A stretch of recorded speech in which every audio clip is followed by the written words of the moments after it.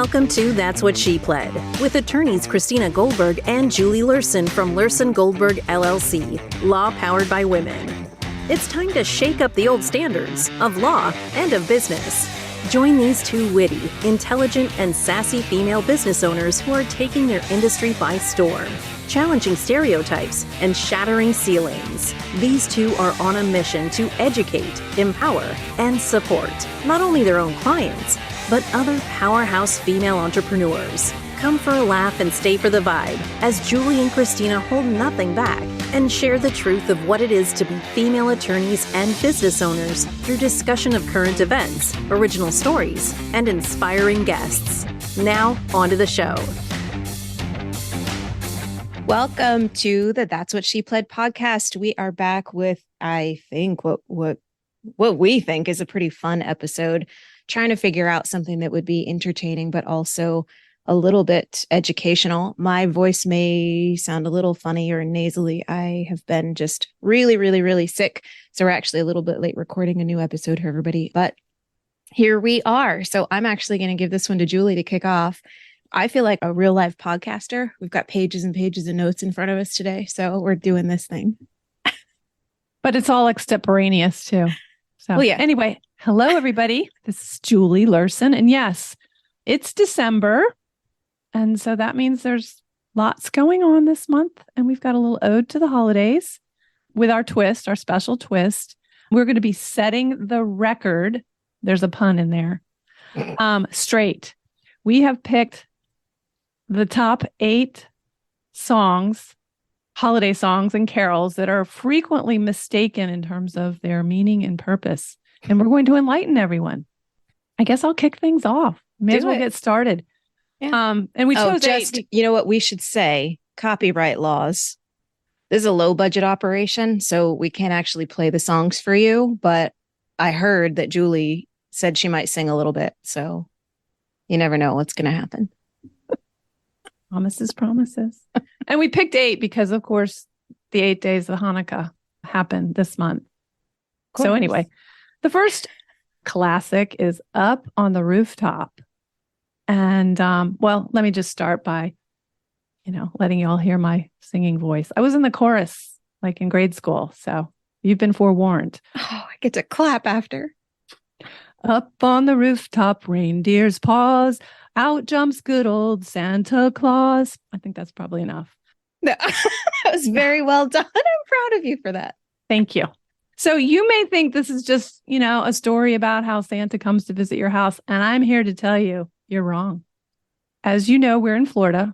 We get a lot of hurricanes here. Unfortunately, we're hit by a couple big ones this year. And so what you may not understand is that this is really a song about property damage claims involving your roof. Mm-hmm. I mean, Santa's up there destroying things as he tries to get his pudgy self down the chimney.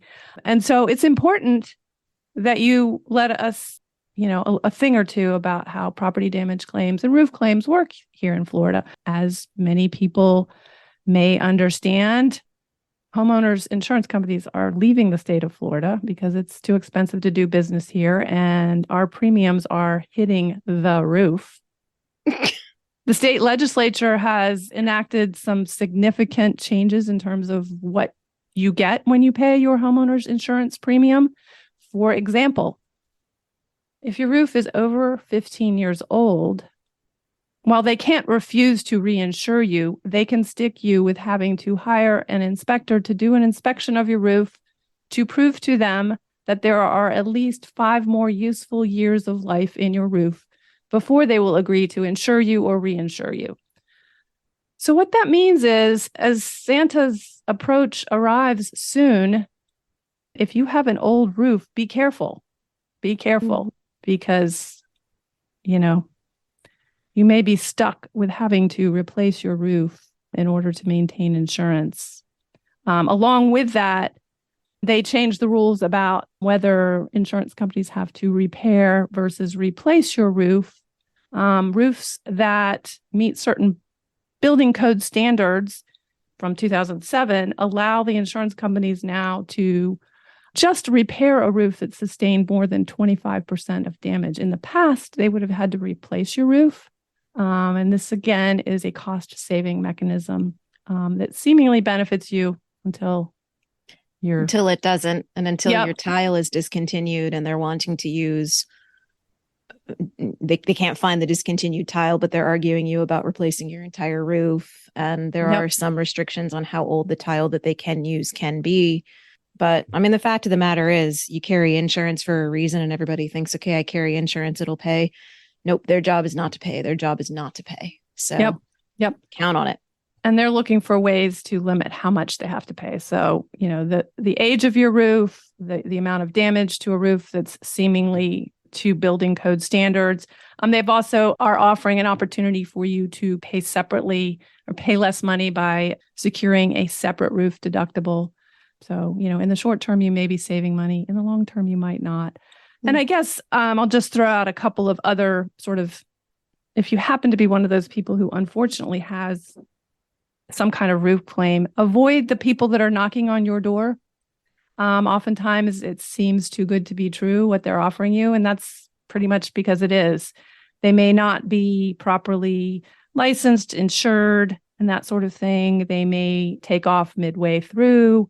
You may run into problems getting the insurance to cover it. You need to be paying attention, reporting your claim to your insurance company, documenting all the damages, and just following the rules in order to hopefully get a good roof over your head so that when Santa arrives, he's not going to fall through anything other than your chimney. Right. And then sue you. Yeah. And then sue you. So anyway, more than you probably appreciated. But yep, that's what Up on the Rooftop is really all about. It's about hurricane roof claims. That's right. That's right. So another bit of information we thought would be helpful, and I know I absolutely love doing this. A lot of people love doing this. It can be somewhat of a nuisance, but chestnuts roasting on an open fire. There's another Christmas classic. This is really about arson. I mean, let's be real. It's open burn season. We've got backyard bonfires going on. So, the song is talking about, I'm not singing. Oh, come on, Christine. No, I'm not doing it. Especially this one. It's a ballad. It's slow. It's not happening. Not with my voice right now. Maybe another time. But we've got chestnuts roasting on an open fire, Jack Frost nipping at your nose, Yuletide carols being sung by a choir, and folks dressed up like Eskimos. Sounds like Florida. It does sound just like Florida, especially, I mean, right now it's just chilly, 79, 80 degrees out there. My sweater is lace. So you guessed it. The song it's not a coin story about marshmallow roasting. So we need to talk about local burn laws. There are, of course, we're in Florida. I'm not going to talk about the state of Florida. We can talk about really where we are locally. So I thought I would break it down just a second for Manatee and Sarasota counties. As with anything, I think as a lawyer reads, we see loopholes. But generally speaking, here's what we have. We've got open burning allowed in Manatee County without a permit under certain circumstances. So you can do an open burn, a barbecue grill. The grate has to remain on it, and you have to be cooking food for human consumption. So watch out for I don't know, random. You can't throw a steak on the grill for your dog? It specifies for human consumption. Okay. So I don't know. It also says that the grate has to remain on the grill over the fire, which I thought was very funny. So when you've got the random inspectors running around your neighborhood on Christmas Day looking at your fires, watch out. A campfire for outdoor non-commercial food preparation or on cold days for the warming of outdoor workers. That's allowed in Manatee County without a permit. Fires to abate a fire hazard may be allowed, but a hazard has to have been declared by the local fire department before doing that. Small recreational outdoor fire is allowed, provided it is monitored and there is some sort of means of extinguishment nearby, and only approved materials are burned, which I also thought was sort of interesting. I know one of our favorite things to do, we used to live out in the country on a couple of acres. We used to find petrified trees that had been struck by lightning, any tree. And when it's struck by lightning, it petrifies whatever is inside it. It's good fire starter. We didn't know that at first, and things got scary. Anyway, moving on. And then finally, in Manatee County, agricultural fires and rural land clearing operations They are allowed, but those have to have a permit. So you actually have to have a burn authorization, and you need to notify your local fire rescue. Burn laws in Sarasota. Sarasota is a little less, well, they only allow a couple. So there are 2 types of open burns allowed in Sarasota County without prior authorization. One of them is a recreational fire. This is defined as a fire that is burned for pleasure, religious, ceremonial, cooking, or similar purposes. Seance really is what I'm hearing. It's a little scary. Must be safely contained. The total fuel area must not exceed 3 feet in diameter by 2 feet in height. It must be 25 feet away from any structure, if open, or 10 feet if contained in a pit, chimenea. Otherwise, a cooking fire. Again, an open fire burned for the sole purpose of cooking food for human consumption. It must be contained in a grill, and it must have the grate over it. Fascinating. All fires should be continuously supervised by a competent person, at least 18 years of age or over. This is where I see loopholes. Competent, that's arguable. You never know. 18 does not mean competent. Burning of yard waste, household commercial trash is not permitted. I have an awful lot of people close to me who have larger tracts of land who like to do this, and it can get very frustrating. But that's about that. So when you're roasting your chestnuts on an open fire, just make sure that you've gotten prior approval or that you understand what you're doing here. You could get in trouble.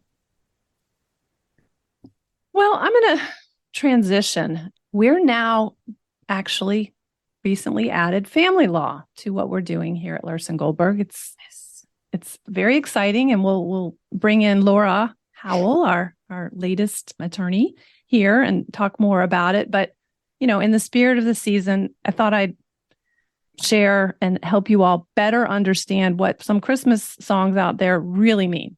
And of course, the first one I must address is the ever popular Mariah Carey song, All I Want for Christmas Is You. Contrary to, I guess, popular understanding, this is not a romantic holiday love song, people. It's not. This is serious. I mean, let's listen to a couple lines. I'm not going to sing it because I'm not Mariah Carey. But I just want you for my own, more than you could ever know. Make my wish come true. All I want for Christmas is you. You, baby. Yeah, you got it. This is a song about stalking. So let's quickly recap what stalking is and how you can find yourself in hot water. This is serious stuff. If you're stalking your former girlfriend or your ex-husband or something like that, you can get yourself in some serious hot water. The victim of your attention may very likely go to court and file a civil matter against you seeking a restraining order. Anybody can do that who's been a victim of domestic violence, and that includes specifically stalking. They can get a temporary restraining order against you immediately. Typically within about 15 days, the matter will be heard by the court. Both sides can go in and tell the court what it needs to hear, and then the court can decide to impose a full restraining order against you for as long as is appropriate. And you can get yourself into some real serious hot water and face criminal charges if you violate that restraining order, that injunction against you. So the next time you hear Mariah Carey, and gosh, we hear her all the time on the airwaves, singing about All I Want for Christmas Is You, now you will know. Now you will know. Forevermore. You're welcome. You're welcome. Exactly. Absolutely. No sliding up in people's DMs. Don't do it. Yeah. Don't do it. That'll get you in trouble. If you got a restraining order against you, don't be sending texts. No. I guess another segue, speaking of family law, involves that perennial old-time classic, I'll Be Home for Christmas. I'm dreaming tonight of a place I love even more than I usually do. And although I know it's a long road back, I promise you, I'll be home for Christmas, if only in my dreams. Not a dreamy song about home sweet home. It's actually a song about cheating, infidelity. People. Maybe you're the cheater or maybe you're the cheatee, but it is in your dreams. Let's just tackle divorce real quick. It used to be if you wanted to get a divorce, you actually had to come up with a good reason, find fault with the other person. So not surprisingly, people accused their spouse of being a cheater. Sometimes that was true, sometimes maybe not. But gone are those days. Florida, like every state, no longer requires fault to be established. In fact, it's just a straight up, hey, we don't get along anymore, and so we want to get a divorce. And fault is really immaterial, including the fact that maybe somebody's committed adultery. Having said that, it can actually be pertinent in some divorce situations. For example, let's say your ex has a girlfriend and he decides he's going to shower her with all kinds of gifts and take her on trips, and he's spending marital money to do that. Then all of a sudden, adultery can become a matter for the court's consideration. Likewise, if that cheating affects your kids and that sort of thing, it can impact potentially how much time you get with your kids. It can also potentially impact how much child support you pay, because suddenly now you don't really have much time with your kids. So, yeah, that's what this song is about. And I guess one last fun fact about adultery is, although it's not the basis to sue somebody for divorce, it's actually still a crime in Florida. Crazy. So, the local state attorney, they get wind of the fact that you're living with somebody while you're still married. Yeah. You could be in trouble. That's a second-degree misdemeanor. Yeah.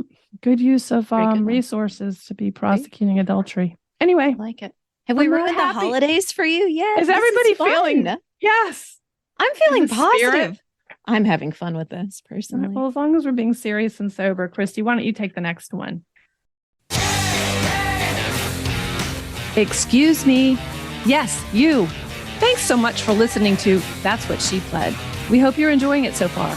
If you have any questions or would like to talk more about this topic, you can find us at lawpoweredbywomen.com. And all of our social media platforms are listed in the show notes. Well, leave it to me. So we thought Blue Christmas. It's a fantastic holiday classic song. It's actually about death. So really, let's just put it out there. Really, it's about death, estate planning. Get your wills straight, people. I'll have a blue Christmas without you. I'll be so blue just thinking about you. Decorations of red on a green Christmas tree won't be the same, dear, if you're not here with me. You'll be doing all right with your Christmas of white, but I'll have a blue, blue, blue, blue Christmas. It's about death. I mean, read into it. So, as y'all know, we have Neil Lyons here, who's our estate planning attorney, and we adore him and everything he does, and see the value, obviously, of what he does. So aside from a little plug that is, it's a great holiday gift for somebody is getting them an estate package. It actually is. These are things that people don't want to talk about and they don't want to invest in and they don't want to do. But if you do it for them, that's a great thing. Aside from that, though, we've talked about, we had Melissa Wandall on the podcast. I think it was pretty recently. Grief is a journey. And just like we talked about that with her, she can attest to that. And understandably, the holidays are really, really tough times for those who've lost a loved one.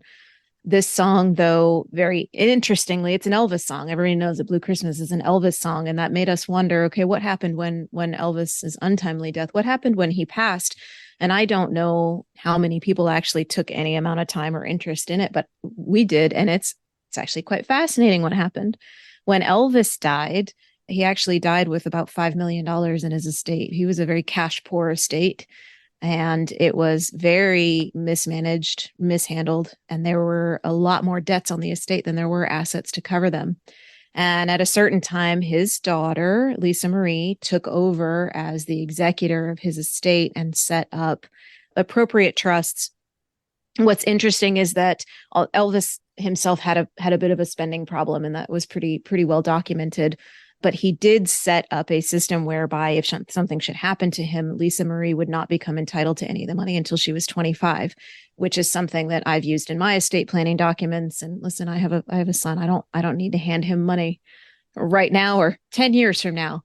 So he actually did do the right thing and set the money aside for her until she was 25. Well, when Lisa Marie turned 25 and she was the executor, she actually did the right thing in theory with that money and put it all into a trust.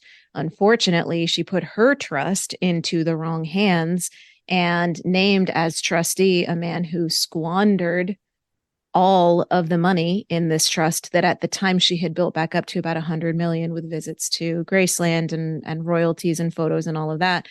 And this man invested millions and millions in bankrupt companies and all sorts of things. So again, by 2019, there were more debts than there were assets in this particular estate. So all of these things, all of the warning signs, just to say, you make sure that you've got a plan in place to protect. You've got the right people. You've got the right people. And the positions of responsibility and power. Exactly. Because you can have all of the best intentions and even still. And one of the things that we hear all of the time, and I think divorce as well as estate planning are, no, I have faith this person's going to do the right thing. Well, it's really interesting when push money comes gets to involved. shove, and when money gets involved, that person's not going to do the right thing. But yeah, thought that was just a really, really fascinating story about Elvis and Blue Christmas. So moving on, we have another classic, Jingle Bells.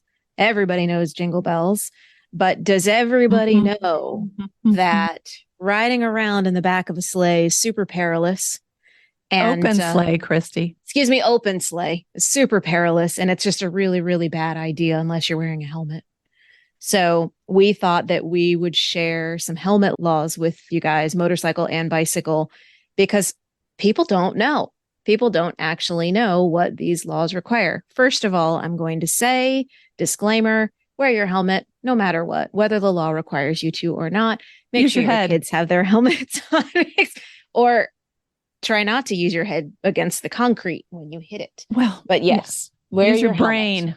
Right. Use your brain, not your head. So Florida statutes have, very specifically, we have a statute. I'm happy to name it, but I don't think anybody is taking notes right now and writing it down. So you can email me and learn the statute. But there's a Florida statute that deals with motorcycle and bicycle helmet law. And what that statute says, the law defaults to saying, yes, you must wear a helmet securely fastened to your head, as well as a protective eye device, unless you are on a motorcycle or a moped that cannot travel above 30 miles an hour. Anyone under 16, though, on a moped, motorcycle, any bicycle, anything, anybody under 16 with zero exceptions has to wear a helmet. Hands down, no holds barred, don't pass go. If you are 21 or over, however, and you carry $10,000 in medical coverage on a motorcycle policy, guess what? You don't have to wear your helmet. This, I guess, is so that somebody gets paid when you get into a crash and your brains end up splattered all over the concrete. Yeah. We've got some money to pay the emergency personnel to clean that up, I guess. And don't be fooled into thinking that PIP insurance, which is a mandatory coverage with respect to automobiles, applies to motorcycles, because motorcycles are defined differently than cars. Correct. And therefore, it is not a mandatory coverage. You must ask for it. Yes, and if you don't have separate motorcycle coverage. Yep. Mm-hmm. Yeah. And if you Put don't have it, you have to wear your helmet. Yeah. Well, that too. Well, yeah. That too. Aside from helmet law, I thought, again, we're talking about dashing through the snow in a one-horse open sleigh. Very scary. I mean, we're laughing, but all the way. This is terrifying, and you're bouncing around. So maybe we need a seatbelt too. So just for kicks, the Florida seatbelt law. Florida law requires the use of safety belts for all drivers and passengers in all motorized vehicles, except a person certified by a physician as having a medical condition that causes seatbelt use to be inappropriate or dangerous. I thought that was fascinating. Interesting. I didn't actually know that. What medical condition might that be? I don't know. A mail carrier. It's reasonable. Okay. Solid waste recyclable personnel. Well, yeah, they hang off the back of the truck. Or a newspaper delivery service. They don't have to wear their seatbelts. Clearly, the statute was written before newspapers basically became obsolete. Exactly. So the one horse open sleigh, that's not an exception. You got to we got to get a seatbelt in there. So those are our motorcycle, bicycle helmet law and Florida seatbelt laws. Y'all need to know about this. Mm-hmm. I can't think of what would make seatbelt use inappropriate or dangerous. They do say when you're pregnant that you've got to be very careful about where the Maybe belt... if you just had a C-section. Yeah, well, that you got to be very careful about where the belt goes. I mean, the window tint laws, which I can't quote right now, but there is a certain degree that your windows are allowed to be tinted to unless you have some medical condition that is damaging. Right. And my windows are actually tinted darker than is technically legal, but I have documentation that you do. The Florida girl is impacted by sun. I do. It's in my car. Anyway, moving on. Okay, well, let's move on to a perennial favorite. Grandma got run over by a reindeer. Grandma got run over by a reindeer walking home from our house Christmas Eve. You can say there's no such thing as Santa, but as for me and Grandpa, we believe. Okay. Yeah. This is a fun song, right? It's a silly song. It's actually a serious song. Animals are dangerous. So I want to talk about animal liability because that's really what this song is meant to be about. People use your legal listening ears. Yeah. And this is a thing, animal liability. It's a thing. It is. Florida is, unlike some states where, for instance, dogs get one free bite. We are not. It's strictly, it doesn't matter. 1 bite, no bites, 10 bites. The owner is responsible and the owner doesn't have to have been careless. It's called strict liability and you have a dog bite case if you get bitten by a dog. However, if you yourself were negligent, like let's say you just walked up and yanked the dog's tail and he or she bit you, then the owner gets credit for your carelessness. Okay. Right. So, if a jury were to decide, yeah, we think that made you 60% responsible, the dog owner would get a 60% credit in terms of, what he actually or she actually owed you. And Grandma here had been drinking too much eggnog. So maybe she wasn't treating the animal very respectfully. Well, Grandma. Yeah. Oh, that Grandma. There's another sort of out for dog liability, and that is if you have posted on your property a song that warns people that you have a bad dog, and you escape all the liability except for kids who are 6 and under. Maybe because they can't read, I don't know. You're still going to be responsible. But the reality is, although Florida has really strict dog liability laws in place, in truth, the insurance industry, those people have it all figured out. And they basically have excluded coverage for dog bites. If not all dog bites, at least dogs of certain breeds. The sort of pit bull, Rottweiler type breeds are potentially specifically excluded if all dog bites aren't. I know when I got my homeowners insurance, I have 2 cute little doodle dogs and I had to give all kinds of information about it. And I think I have coverage. Oh my gosh. Mine excludes like random squirrels that might be running across my yard. Yeah. Any animal that could possibly be in, on, around my yard that belongs to me, doesn't belong to me. So what that means, in practicality is oftentimes you have to look to the dog owner in order to hope to recover. And, that's sort of risky business. So just be careful. Be careful around reindeers. We don't want, to happen to you what happened to Grandma. And Christy's right. It didn't help that she drank too much eggnog, which kind of leads, I guess, nicely to our 8th and final song for the season and what it truly means. So, Christy. Yes, it leads to our closer. I think if there were one song that I would have loved to be able to actually put sound bits into our podcast, it's this one. Whether you're Jewish or not, this one, the Hanukkah song by the renowned poet and lyricist Adam Sandler. So he probably wouldn't mind if we played his song. Honestly, he probably wouldn't, but we're just a low Going to budget. err on the side of We're caution. we're gonna do this the safe way. So, I mean, we all know Hanukkah is the festival of lights. Instead of one day of presents, we have 8 crazy nights.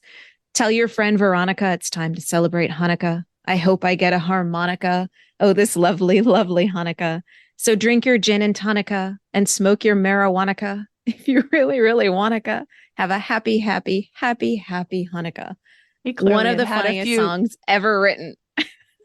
And clearly, I think he, wrote it under the influence of a gin and tonica and perhaps too much marijuana. Clearly, I think that's what happened. But this is just so vividly a song about the dangers of partying, especially across these 8 nights, that I thought maybe it would make sense to give some DUI stats to round out this podcast. So just a couple of reminders here that driving under the influence does not just apply to alcohol. Mr. Sandler referenced marijuana. So you can have your medical marijuana card. You can have your prescriptions, your medications. Just because you have that legally does not make it legal to drive under the influence. And it's fascinating to me that people get this very confused, that their defense to being pulled over as a DUI and being high on marijuana or whatever else is, well, I have a medical marijuana card. No. Think about it, people. You right. can drink when you're 21, but that doesn't mean you can go out and drive super drunk. Correct. So just think about that. You cannot drive under the influence, and under the influence means drugs too. Remember, of course, mixing drugs and alcohol often multiplies their effects.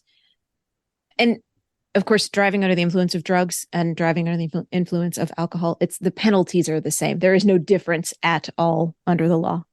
For any DUI conviction, your driver's license will be revoked for a minimum of 180 days. If you refuse to take the required roadside test at the time of your arrest, your license will be automatically suspended for 1 year. Now, I know we do not practice criminal law. I know that 9 times out of 10, a criminal attorney is going to say, always refuse, always refuse. I have no opinion or input on the matter. We don't practice criminal law over here. I'm going to tell you, don't drink and drive in the first place. Yep. But if you refuse, understand that your license will be suspended for a year.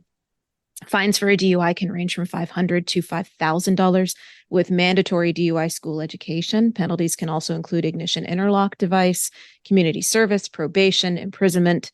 DUI convictions will remain on your record for 75 years. Those don't leave you.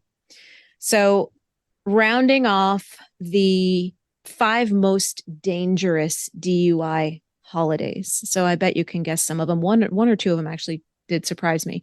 New Year's Day, right around the corner here, a 116% higher than average DUI risk.